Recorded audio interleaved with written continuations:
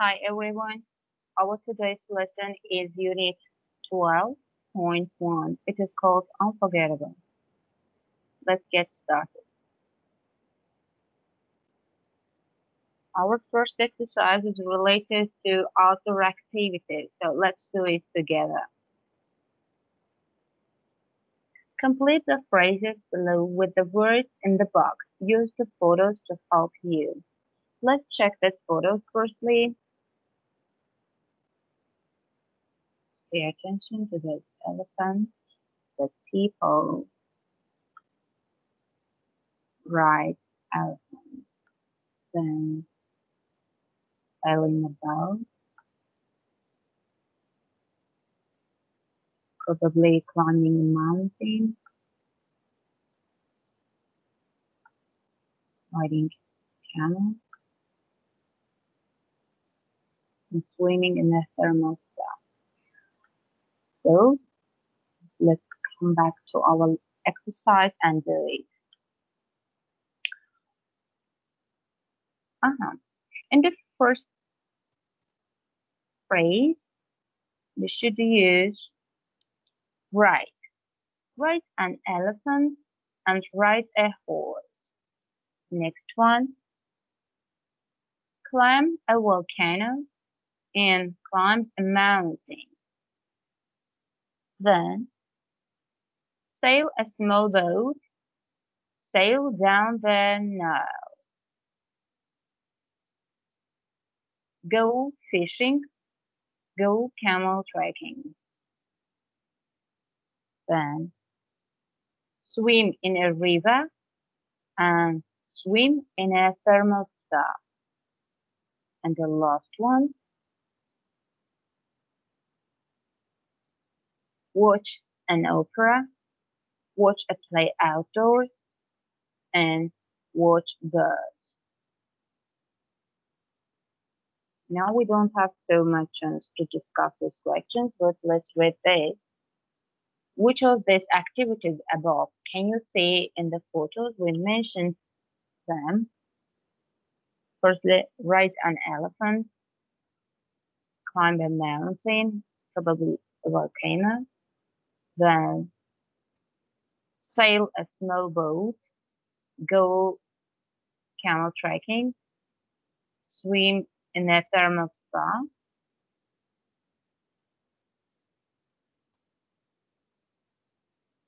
And I think this don't exist there.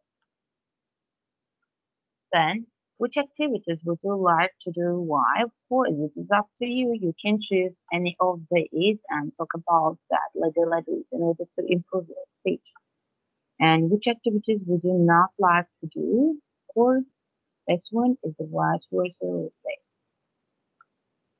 Let's go on with the next exercise. It is a listening task. Listen to a story. In what order do people talk about the activities in photos A and C? Which two activities don't they talk about? So we have to listen again and pick the activity the speakers have done. Actually, this one is much more important than the first part. So let's listen and define related answer.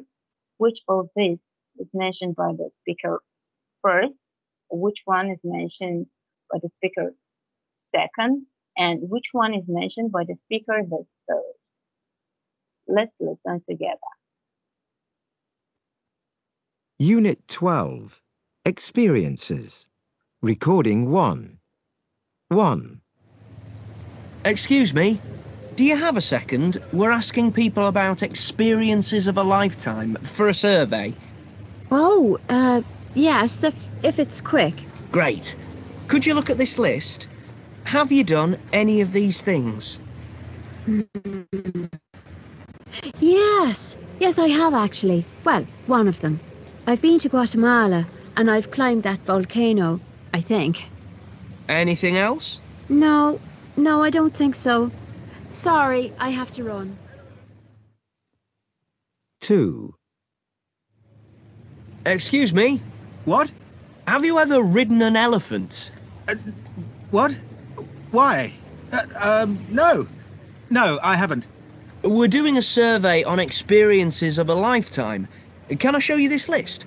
Have you done any of these activities? Oh, okay. Okay, let's see. No, no, no, no. Oh, I've sailed down the Nile, so that's one thing. In fact, I went to Egypt last year with the wife. Our wedding anniversary. It was funny because... 3. Excuse me, we're doing a survey about experiences of a lifetime. Right. 2 minutes. Could you just look at this list? Have you done any of these things? Okay. Well, I don't travel that much, so I haven't been to Iceland. But it looks nice. Swimming in a thermal spa looks fun. And the other things? No. Well, I've seen some of them on TV. Is that okay? Does that count?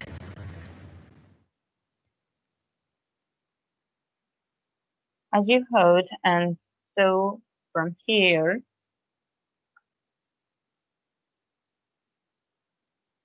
we should choose climbed a volcano as an experience for the speaker first. Then next one, sailed down the Nile for the speaker the second. But the third person didn't mention any of these, so we can't choose here. In the next part of our lesson, we've got the grammar rule, but it's called present perfect, so I would like to demonstrate some rules from our language. Let's go there.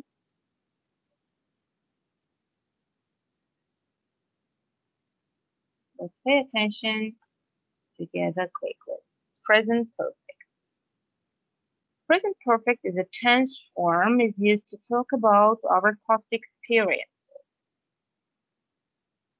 And as you see here, while using this tense form, we don't know or even don't say when exactly things happen. In order to make present perfect, we use personal pronouns or probably other subjects like nouns. Then we add have, or for the third person singular has. And in short forms, we use apostrophe V and apostrophe S. Then we use the main verb in the form as participle to. As you see here, climb, travel. Then of course, other parts of the sentence are used here. But while making this kind of sentences, we should remember how to make participle to. In order to use main verbs in the form of participle to, we have to pay attention. They are regular verbs or regular verbs. If they are regular verbs, we should add ed ending. But if they are irregular verbs, we should remember our chart related to irregular verbs. Of course, in the third column, we often confronted participle version, a participle version of those words. Fortunately, we've got here only regular verbs. And in negative form, we use haven't, but for the third person singular, we use hasn't. Let's make some examples here. I climbed a volcano. She's traveled around the world. For negative form, they haven't worked in different countries. He hasn't studied lots of languages. Sometimes we use ever. Ever means we want to ask a question about an experience happening during a life. In negative version of that, we use never. Ever is often used in the question, like this. Have you ever worked in Australia? And we can answer like this. Yes, I have. Or no, I haven't. Or other version, have they ever worked in Australia? Yes, they have. Or no, they haven't. For third person singular, like this. Has he ever worked in Australia? Yes, he has. No, he hasn't. I mentioned this part for you. Let's check this. Sometimes we want to express that we went somewhere and we have seen that place. In this case, while using the verb to be, of course, in this tense form, after to be we use to, not in. For instance, I've been to the Bahamas, or we have been to Mount Fuji, like this. Or she's been to Mount Fuji, like that. And of course, we can use the verb seen. I've seen the Bahamas, like this. And when we use been or gone in this kind of sentences, we have to differentiate the difference here. We can understand it. When we use gone, it means someone went there and is still there. But when we use been, it means someone went there, but in the past. Probably that person is here now, not there. Let's go back to our lesson.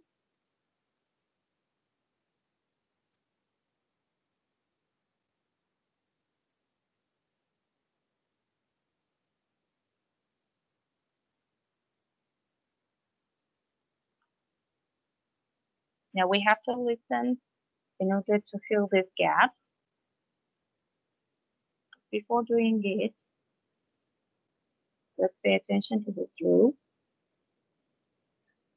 Use the present perfect to talk about past events when you know the exact time or don't know when the event happened. Of course, we choose don't know when the event happened. If we know the exact time, we use not present perfect, we use past simple tense form.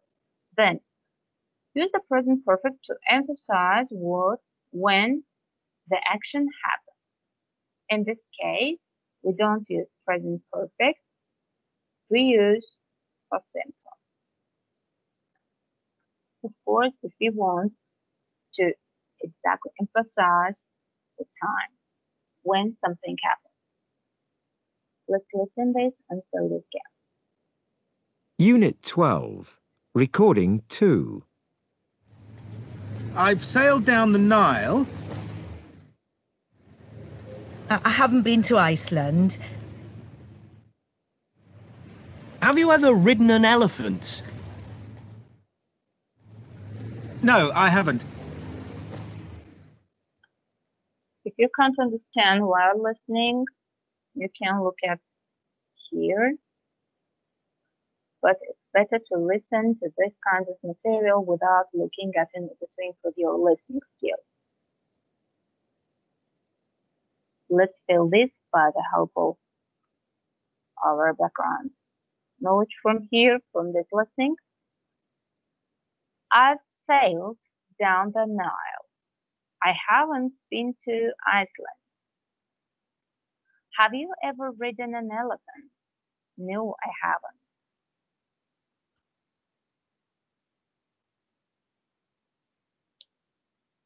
What's this exercise? Complete the table with the correct infinitive. Let's do it. Driven is mentioned, it is drive. Then flown, just fly. Had should be have. Met is meet. Been is actually be. But in this rule, we mentioned sometimes go as the equivalent of be for some cases. Then seen is see, slept is sleep, swam is swim.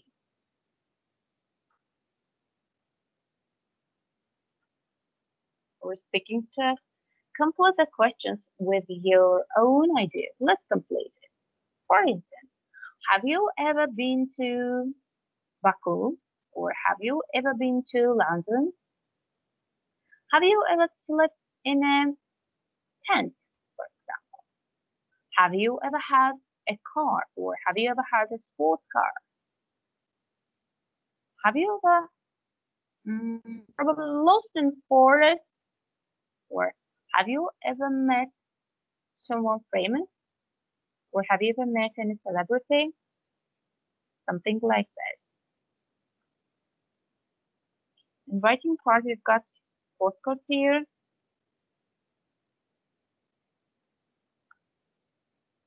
And let's do the second part of this exercise. Look at the postcode again and complete the information.